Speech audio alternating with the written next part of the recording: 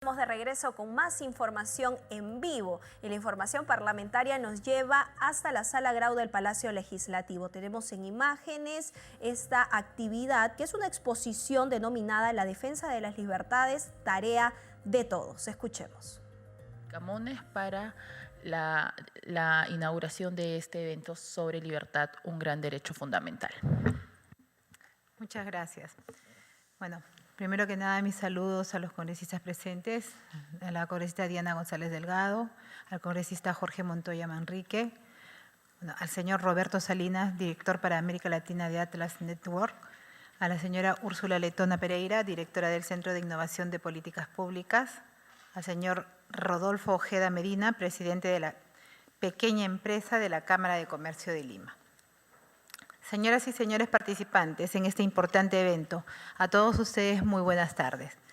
En las actuales circunstancias y en cualquier momento, en realidad, hablar de libertad o de libertades y su defensa siempre va a ser importante para nuestra sociedad, para todas las sociedades. Es tan relevante, por tanto, también su defensa, que, por ejemplo, en el ámbito político, cuando un gobernante tiene dificultades, siempre tendrá la tentación de conculcarla de diversas maneras, restringiendo las libertades a los ciudadanos o restringiendo las libertades de información y o expresión, por citar algunas. Por ello, la libertad como pilar fundamental de la democracia debe ser protegida en sus diversas dimensiones. En relación al ámbito económico, que es el campo con el que se vincula esta comisión especial, nuestra Constitución ha dejado establecida de manera clara el marco que constituye, podríamos decir, el núcleo duro de nuestro modelo económico. Por un lado, la libertad de empresa y de iniciativa privada, vinculadas estrechamente también a la protección de la propiedad privada. Sin embargo, como todo derecho, también es importante, por salud del propio modelo, ser conscientes de los límites para no desnaturalizar el modelo social de mercado establecido en nuestra Constitución Política del Perú. He ahí donde encontramos el principal reto. Quiero destacar además que estos eventos contribuyen al conocimiento y, por tanto, a la defensa de estas libertades. Por ello, felicito a la presidenta de la Comisión Especial Multipartidaria Pro Inversión y, por supuesto, al destacado expositor Roberto Salinas y a quienes han contribuido a la materialización de este magno evento. Gracias a todos ustedes por contribuir desde sus propios espacios en el desarrollo del país. Bienvenidos todos y muchísimas gracias. Muchas gracias, presidenta. Efectivamente, en la historia ha quedado demostrada que la libertad económica, entendida como el capitalismo, es una condición necesaria para la libertad humana, pero no es una condición suficiente. Es decir, la libertad económica no garantiza la libertad integral del ser humano. Sin embargo, no se puede llegar a ser realmente libre si no se goza de esta libertad económica. Y es así como han venido trabajando los presidentes de las comisiones especiales organizadoras de este evento, tanto la Comisión Especial Capital Perú como la Comisión Especial Pro Inversión. A continuación, le cederé la palabra al señor Roberto Salinas para que todos podamos escuchar sobre la exposición a presentar, importancia de defender y promover las libertades. Señor Roberto Salinas, por favor.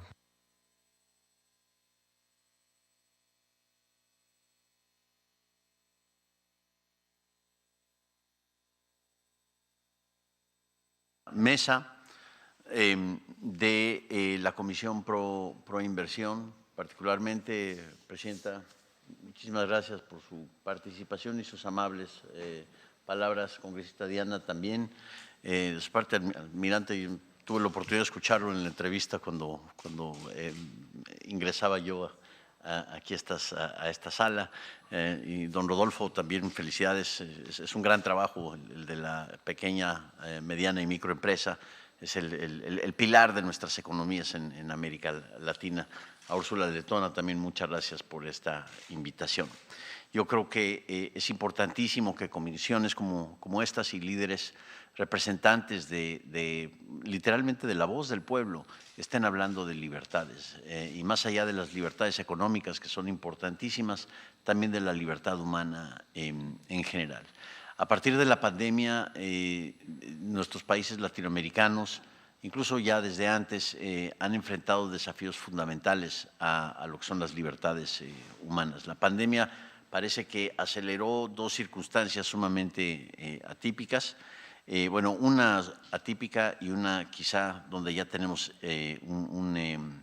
un historial sumamente desafiante. Por un lado, de alguna forma renació la idea o el romance con el caudillo. Y esto, el autoritarismo que hemos visto en varios países, el surgimiento de estos autoritarismos, de este romance popular, quizá por desesperación y quizá por la propia circunstancia tan bizarra y tan negativa que trajo la pandemia en nuestros países, ha empoderado a estos nuevos caudillismos.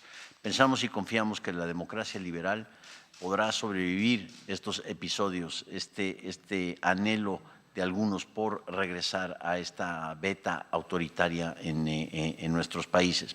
Hablo particularmente del caso mexicano, que obviamente es el que conozco, siendo que yo resido y vengo de la Ciudad de México, pero también se puede decir lo mismo de otros países en América Latina y ciertamente en todo el mundo. Hemos visto cómo Europa ha enfrentado algunos extremos que incluso han llevado a lo que parecería ser son abiertas dictaduras.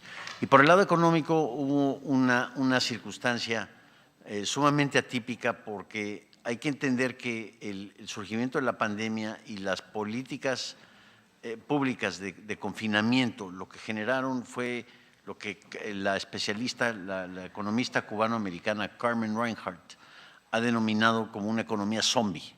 Es decir, una economía donde se desplomó la demanda, pero también se desplomó la oferta. Entonces entramos en un escenario en donde prácticamente todo se congeló. Y tanto el lado de la oferta como el lado de la demanda, simplemente no había antecedente o no había forma de pensar cómo podemos cambiar este congelamiento, cómo podemos descongelar la actividad cotidiana de la cual pues tantas familias viven de día a día y tanta gestión empresarial depende, por no decir de la visión a largo plazo que representa poder invertir, poder ahorrar, poder canalizar escasos recursos hacia nuestras actividades. Y de ahí el gran desafío de pensar, pues no de regresar a una receta preconcebida, pero sí de pensar y repensar cómo podemos encauzar la libertad humana al servicio de la inversión, al servicio del empleo, de la generación de empleos, al servicio de la actividad económica y al servicio de la prosperidad incluyente. Esta es una palabra, este es un concepto que hemos trabajado mucho en Atlas Network. ¿Cuáles son los ingredientes de prosperidad incluyente? Y repito, más allá de pensar en alguna fórmula preconcebida o en alguna receta que simplemente tratemos de aplicar en una forma preconcebida, es cómo podemos acomodar los conceptos fundamentales de la prosperidad incluyente a nuestro contexto y a nuestros países. El desplome que se vino encima del crecimiento económico en nuestros países latinoamericanos a partir de la pandemia ha sido ahora seguida por una secuela, por una serie de consecuencias no intencionadas que no habíamos anticipado. No tan solo otros choques externos como la guerra entre Rusia y Ucrania, pero también el surgimiento de las espirales inflacionarias que estamos viendo en varios de nuestros países nos hacen recordar pues digamos, con algún temor, pues aquellos episodios que vivimos durante la década perdida, de los cuales, como en mi caso, somos miembros de una generación que podría llamarse la generación devaluada. Es decir, aquellos miembros de la sociedad que crecieron con esa parte que ya está en nuestro ADN de pensar en temas de cómo el tipo de cambio, la inflación, las tasas de interés, la deuda pública y esas pesadillas que vivimos en los 80s y a principios y mediados de los 90s y de las cuales afortunadamente varios de nuestros países han logrado escapar y han logrado transitar hacia otro modelo, hacia otra circunstancia. La revista The Economist, con la cual tuve oportunidad de colaborar varios años, en mi gestión profesional en México, llegó a decir en medio de la pandemia, en el 2020, que esta era la hora de la libertad. This is the time for liberalism and the ideas of liberty. Y era una reflexión bien importante porque decíamos, ¿por qué está planteando una revista, una instancia con la credibilidad y con los antecedentes y el historial de The Economist, una medida de regresar a lo básico? Pues porque en cierto sentido en nuestra gran defensa ante los desafíos económicos de la pandemia y ante el anhelo de lograr esa prosperidad incluyente, recae sobre el sentido común que nos trae las ideas de la libertad. Y las ideas, en este sentido, la importancia de la libertad económica para el futuro de la inversión, para el futuro de la prosperidad incluyente, para el futuro de lo que deberíamos de abrazar y llamar abiertamente el progreso humano.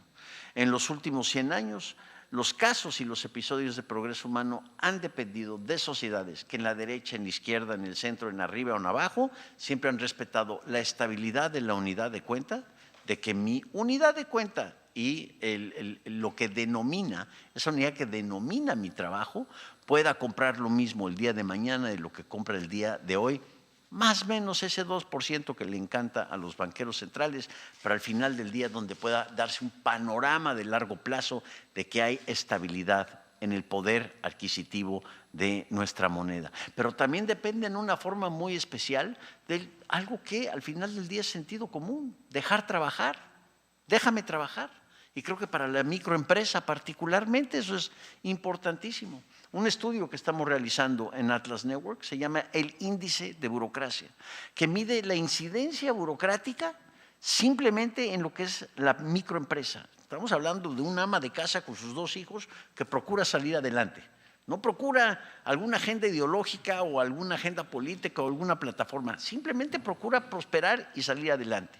Pero tiene que dedicar, digamos, 4, 5, 6, a veces hasta 8 horas al día para tramitar con reglas, trámites, con lo que en México llamamos el monstruo tramitológico, la tramitología, y que representan un altísimo costo de oportunidad y que de alguna forma es lo que también explica pues, que de repente se nos ocurra recurrir a lo que podría llamarse de una forma más elegante el costo de entendimiento.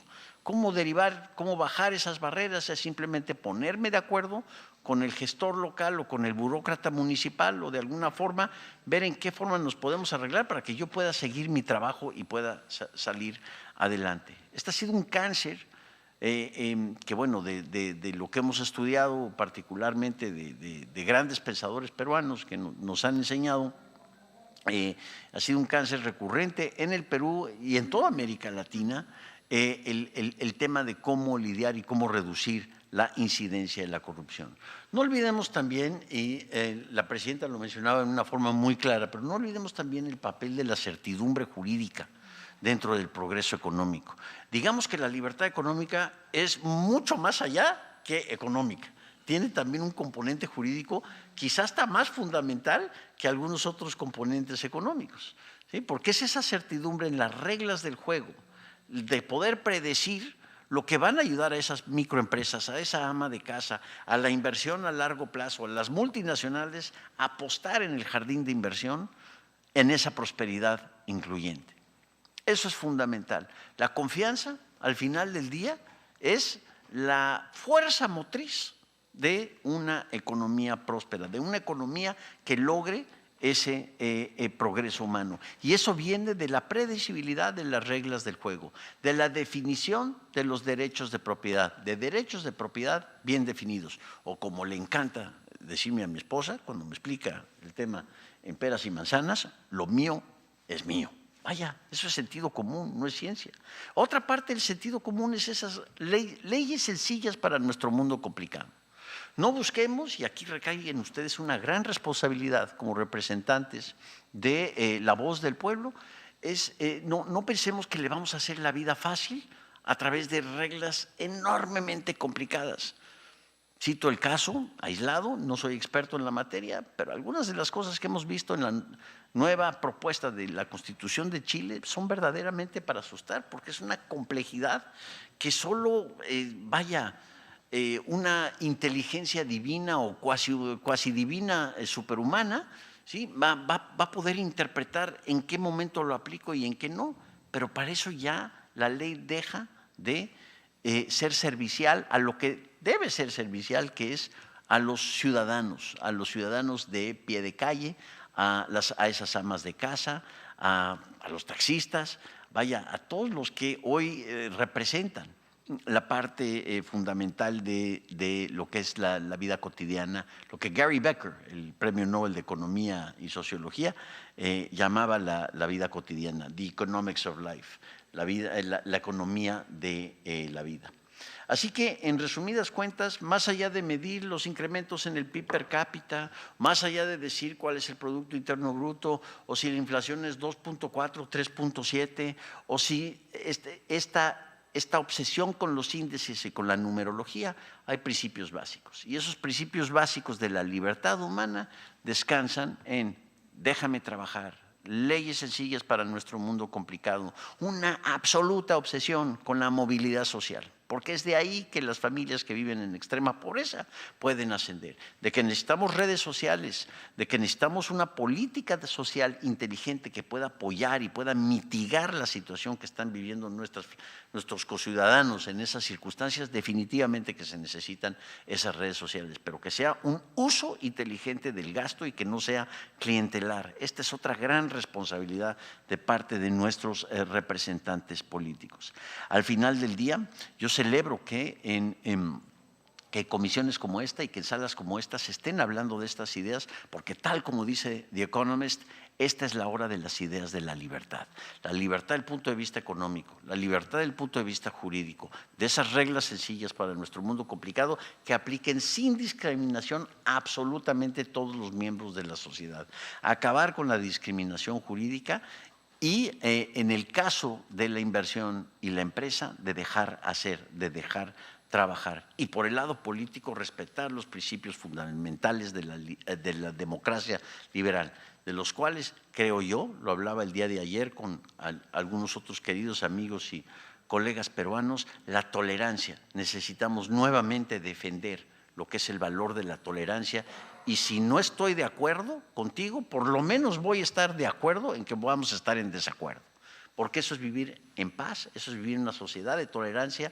en donde la etiqueta, en donde la descalificación y la polarización pasan a un nivel secundario y recuperamos la conversación civilizada y el diálogo como instrumentos de ponernos de acuerdo.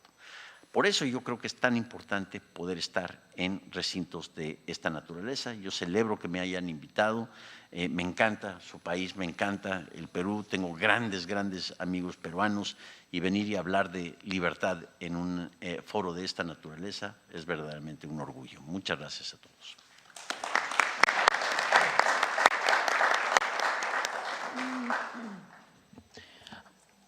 Muchas gracias al director Roberto Salinas. De igual manera, saludamos y agradecemos la presencia de colegas congresistas que se han integrado a esta mesa a pesar de lo ajetreado de sus agendas. Saludamos así a la congresista Patricia Juárez, Nilsa Chacón, Carlos Anderson, de igual manera también al señor Rodolfo Ojeda, presidente del gremio de la pequeña empresa, y le damos el uso de la palabra al presidente de la Comisión Especial Pro Inversión, Eduardo Castillo.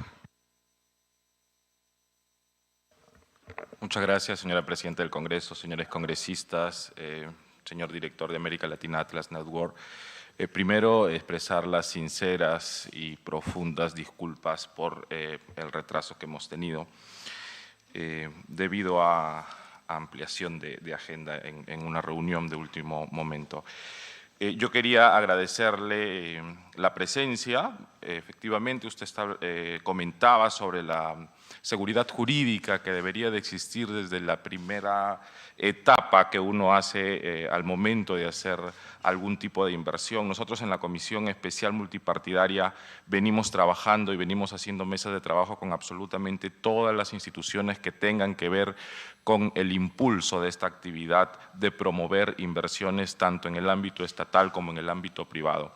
Esta defensa de libertades de las que hoy usted en este foro nos está comentando, y la participación política que nosotros como congresistas de la República tenemos, yo creo que es importante. A mí me gustaría también escuchar a los demás congresistas.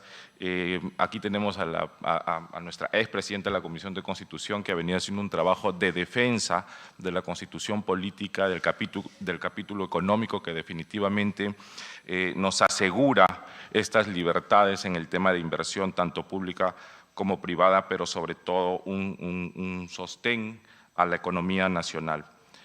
Muchísimas gracias a la presidenta del Congreso por acompañarnos, a los congresistas, y cedemos la palabra a quienes quieran hacer un comentario sobre este tema. Muchas gracias.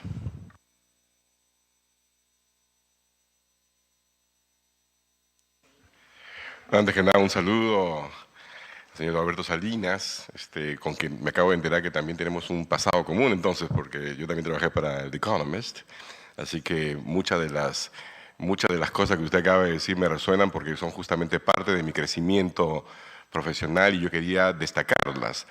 En el Perú no necesariamente se conoce esta revista, pero es una revista que ya tiene 170 y algo de años, casi 180 años. En el 93 cumplió 150, con eso estoy seguro porque yo fui a la fiesta. Debe tener unos 180 años, ¿no?, de continuidad. Y es una continuidad de una lucha de la inteligencia, ¿no?, contra justamente la oscuridad que significan los regímenes de carácter totalitario, ¿no? Es una lucha efectivamente por las libertades en todo sentido, comenzando por la libertad más fundamental, que es la libertad política y la libertad económica que viene de la mano. Uno no puede ir sin la otra, ¿no es cierto? Y quiero destacar también algo que usted ha traducido del inglés, que es ese estemos de acuerdo en estar en desacuerdo, ¿no? Que me parece muy importante porque justamente parte de la tragedia peruana, creo yo, es que hemos desaprendido el arte de discutir civilizadamente, ¿no? Privilegiamos los insultos, privilegiamos los extremos, ¿no? Y ahí yo solamente me gustaría recordar a Oscar Wilde en su famoso dicho ¿no?, que más o menos yo puedo tolerar todo excepto la intolerancia, ¿no? Son cosas pequeñas frases que sin embargo esconden mucha verdad. En el caso específico del Perú, hoy en día efectivamente tenemos también una lucha, creo yo, de cuerpo a cuerpo entre las fuerzas que buscamos proteger las libertades que nos han costado tanto tiempo ganar. Tenemos 200 años de una república inconclusa, es verdad. Tenemos muchas deudas con el Perú profundo, con el Perú rural, e incluso también con el Perú urbano marginal. Pero esas deudas no vamos a poder pagarlas si no tenemos la necesaria libertad económica y política y si no lo podemos hacer en democracia, ¿no?, que son nuevamente los valores fundamentales que no solamente le dan dignidad al ser humano, sino que también han demostrado a lo largo de la historia que son los instrumentos más efectivos para crear bienestar. Usted ha hablado además también, y me parece fantástico porque creo que es un buen ejemplo para nosotros los políticos, ha bajado de las ideas, del mundo de las ideas para llevarlo al mundo del ama de casa. El derecho de propiedad, lo mío es mío, lo tuyo es tuyo, que quede bien claro, ¿no? Parece sencillo, pero en la práctica es bien difícil de llevar a cabo. Leyes sencillas, efectivamente. El gran problema que tenemos es que tenemos, la verdad, una burocracia frondosa, un exceso de leyes. Yo a veces creo que lo mejor que podríamos hacer es dejar de producir leyes, por lo menos por unos 10 años, y creo que nos iría mucho mejor, ¿verdad? Así que son ideas, fuerzas, que yo simplemente quiero hacer eco, porque me parece muy importante repetirlas en un recinto como este, que es la Casa de la Libertad en el Perú. Muchísimas gracias por su presencia. Gracias.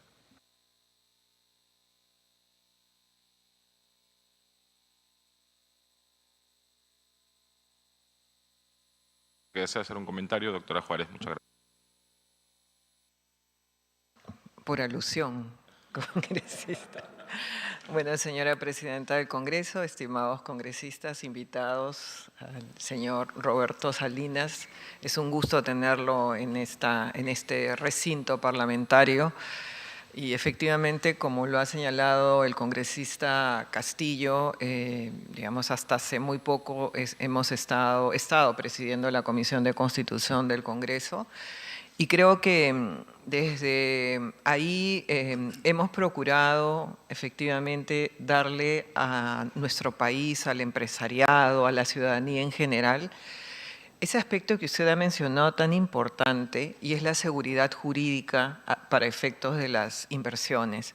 Hemos tenido durante mucho tiempo, y creo que seguimos aún, con la amenaza de tener en el país o de instaurar, de establecer una asamblea constituyente, que nosotros hemos entendido desde el inicio que lo que va a significar para nuestro país en general, para los ciudadanos, para los empresarios, para los inversionistas, es no tener realmente esas reglas de juego que se necesitan a efectos de generar inversión, de generar cambio en el país. Entonces, una de las tareas que hemos hecho es definitivamente tratar de que esto, digamos, sea de repente puesto, al menos temporalmente, en una situación en donde no se pueda en este momento, digamos, tomar una decisión de aprobarse. Lo que hemos hecho en la comisión es enviarlo al archivo, porque entendíamos que no podíamos siquiera estar en una discusión como muchos lo sugerían en el seno del Pleno del Congreso, porque eso significa generar eso. O sea, no se trata de una discusión simple, no se trata de una discusión anodina que pudiera pasar desapercibida, sino estamos hablando de las bases, la estructura de un Estado. Y entonces eso, en las circunstancias en las que estamos post pandemia, significa definitivamente una incertidumbre general en el país. Hemos procurado también darle al Congreso de la República, al poder del Estado más importante del país, darle también ese mecanismo que requería digamos, de solidez, ¿no? De impedir que pudieran, digamos, por cualquier razón, como nos ha ocurrido en la historia peruana de hace muy poco, de cerrar un Congreso de la República simplemente por presumir que el Congreso no otorgaba la famosa cuestión de confianza. Entonces, creemos que, como bien lo ha señalado el congresista Anderson, debemos de revisar no solamente la cantidad de leyes que damos, sino también la calidad de nuestras leyes. Y creemos que efectivamente, si de pronto efectivamente estuviéramos unos meses sin dar leyes, creo que no ocurriría nada en el país, porque tendríamos que revisar las que tenemos. En algún momento ha habido en el Congreso una comisión que ha hecho una revisión. Sí, bueno, pero es importante que tenga una actividad presente, importante, y que pudiera, digamos, servir para que evitemos ese tipo de disposiciones que se dan en este momento populistas o que finalmente no resuelven nada, sino más bien empeoran la situación. La predictibilidad, que es de lo que nos ha hablado el señor Salinas, es un tema muy importante para efectos de generar inversión. Solamente cuando uno sabe qué reglas de juego tiene es que hace una apuesta por el país en general. Bueno, yo agradezco su intervención, su disertación.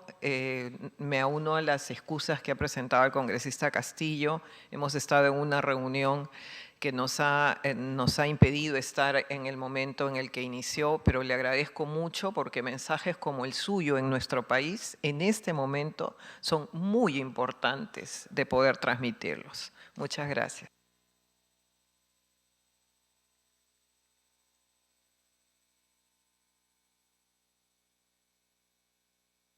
Sí, congresista Chacón, muchas gracias. Muchas gracias, señora presidenta del Congreso, queridos colegas, al señor invitado, al señor Roberto Salinas, muy buenas tardes a todos.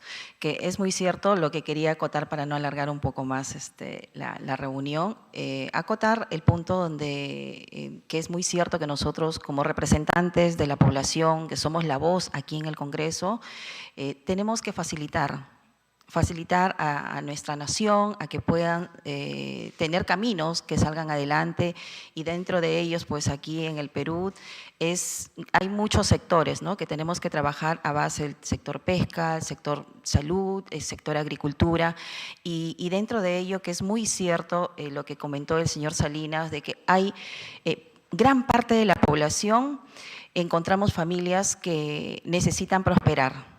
Hizo un ejemplo de una madre con 2 hijos que ellos quieren salir hacia adelante, y a veces hay normas y leyes que se les hace muy difícil, que en vez de facilitar, entrampan. Entonces, dentro de la responsabilidad que tenemos nosotros como congresistas, creo que es trabajar en ello a través de normas, leyes que puedan darle la facilidad, porque así podemos lograr el desarrollo que tanto pues estamos buscando. Y bueno, agradecer su visita, agradecer la visita a nuestro país y escuchar ese mensaje que usted nos ha transmitido. Pues nosotros también tenemos esa idea de trabajar por nuestro país, trabajar por nuestro Perú, porque ese es un gran compromiso. Y bueno, agradecer nuevamente a todos ustedes. Gracias.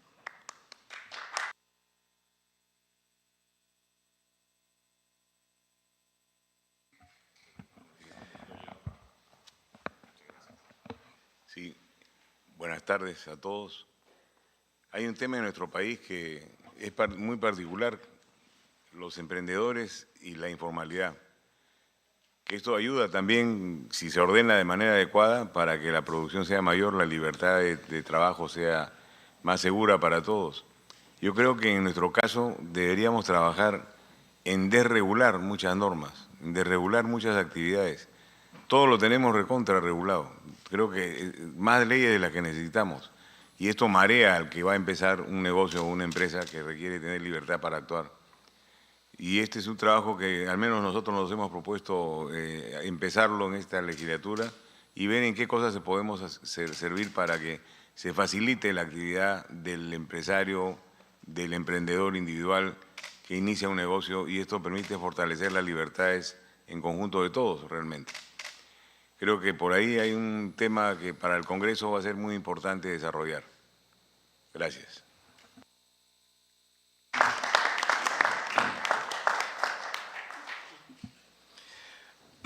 Muy buenas tardes, señora presidenta del Congreso, Lady Camones, señor Roberto, muchísimas gracias. Congresistas que están presentes, como representante del gremio de la pequeña empresa de la Cámara de Comercio de Lima, el mensaje que siempre he llevado es que nosotros como pequeños empresarios, y usted, señor Roberto, lo manifestaba, necesitamos condiciones de trabajo, que nos dejen trabajar. Eso en primer lugar, ¿no? Es una situación en la que en nuestro país ahora se ha visto amenazada, afectada. Entonces, represento a ese grupo de pequeños emprendedores, esa mujer que trata de sacar adelante a sus hijos, hasta el pequeño y mediano empresario, que trabajamos día a día. Nosotros vivimos el día a día y luchamos. En el Perú somos aproximadamente 3 millones de pequeñas empresas que damos trabajo a aproximadamente entre 9 y 10 millones de peruanos. Entonces, es un sector en el cual tenemos que tener bastante consideración, y este gobierno no lo está haciendo. Lo sentimos así nosotros, ¿no? Jamás nosotros hemos estado muy inmersos en el tema político, porque las condiciones que teníamos era, nosotros somos productores, pertenecemos al pueblo productivo de cualquier sociedad. Pero en estas circunstancias nos hemos visto obligados a poder participar. Y agradezco la participación de congresistas que han tenido acercamiento a la Cámara de Comercio de Lima, como el almirante Jorge Montoya, el congresista Carlos Anderson, la congresista Norma Yarro, ¿no? que han participado y estamos comenzando a estrechar comunicación, porque es importante esto para, digamos, alinear un poco el trabajo de los pequeños empresarios.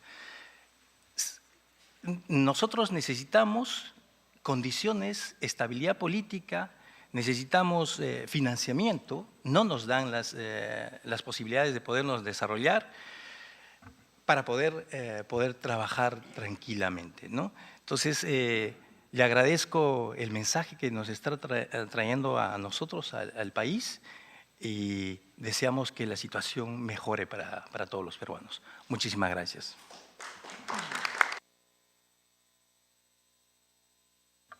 Sí, ahora la representante del Centro de Innovación de Políticas Públicas, Úrsula Letona, bienvenida y atentos a tus comentarios. Muchas gracias, presidente. Buenos días, señora presidenta del Congreso, a cada uno de los señores congresistas, a los invitados y al público en general. Desde el CIP, para nosotros es un honor tener a Roberto aquí. Es una asociación de la que somos partnerships. Estamos muy complacidos de que él pueda contarle al país y a sus representantes, como dijo la congresista Chacón, lo que pasa en el mundo respecto a la protección de las libertades, al fomento de las libertades y entender claramente cómo es que nuestro país está teniendo pues déjà vu de lo que ya han vivido otros países. Desde el Centro de Innovación de Políticas Públicas creemos firmemente que las políticas públicas en el diseño, en su implementación, tienen que tener como norte, como decía Roberto, las libertades, es las reglas claras, poder hacer empresa libremente y que todos podamos conocer con predictibilidad qué es lo que nos depara el futuro para podernos labrar justamente un futuro mejor. Entonces estamos muy complacidos de que él pueda habernos acompañado el día de hoy. Siempre es un gusto escucharlo y agradecerle sobre todo al Congreso, a cada uno de los señores congresistas que se hayan tomado un tiempo para defender estas libertades que hoy se ven tan amenazadas en nuestro país. Muchas gracias.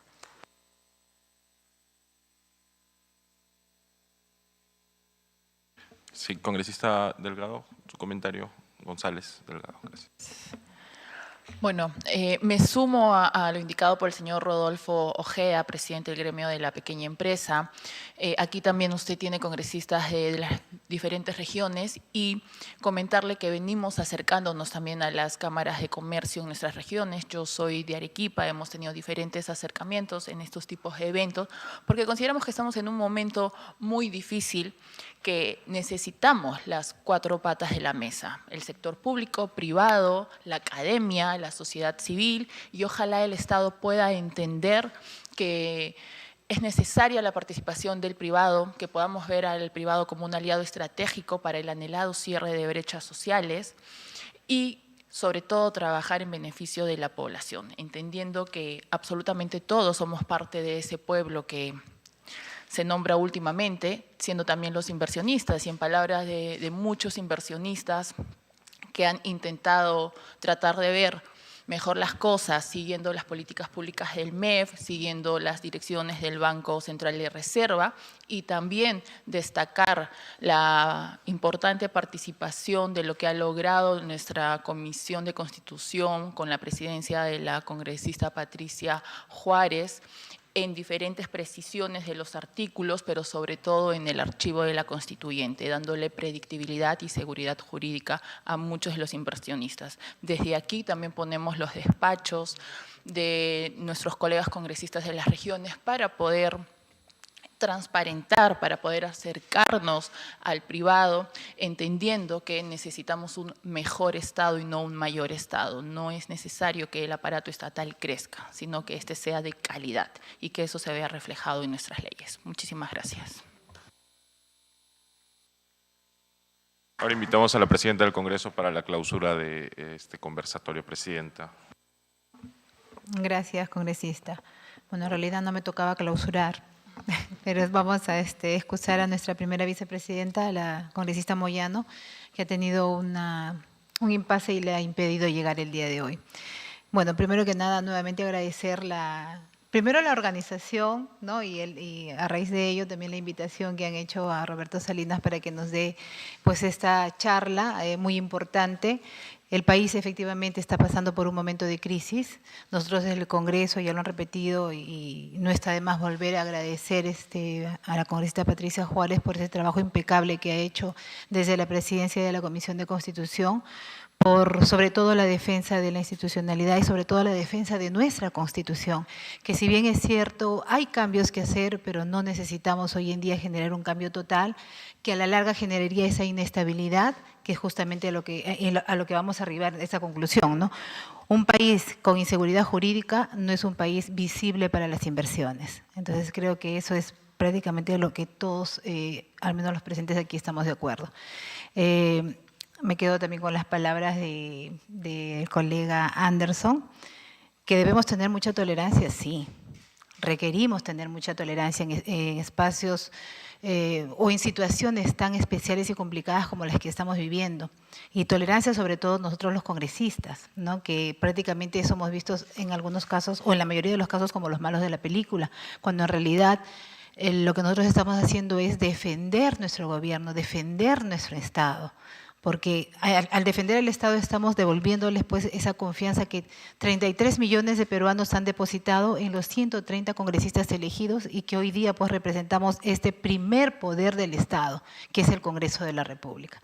Así es que no quiero extenderme más, agradecerles a los invitados, al comité organizador, a la Comisión Especial Multipartidaria por Inversión, a la comisión que preside nuestro congresista Castillo, a todos los congresistas presentes, a los invitados, al público que nos ha escuchado.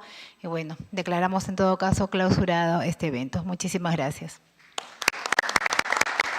Muchísimas gracias, Presidenta. Y como decía la congresista Patricia Juárez, estos mensajes son importantes en nuestra coyuntura, así que le agradecemos la presencia y para que le haga entrega de un reconocimiento por parte del Congreso de la República a Roberto Salinas, director de América Latina Atlas Network.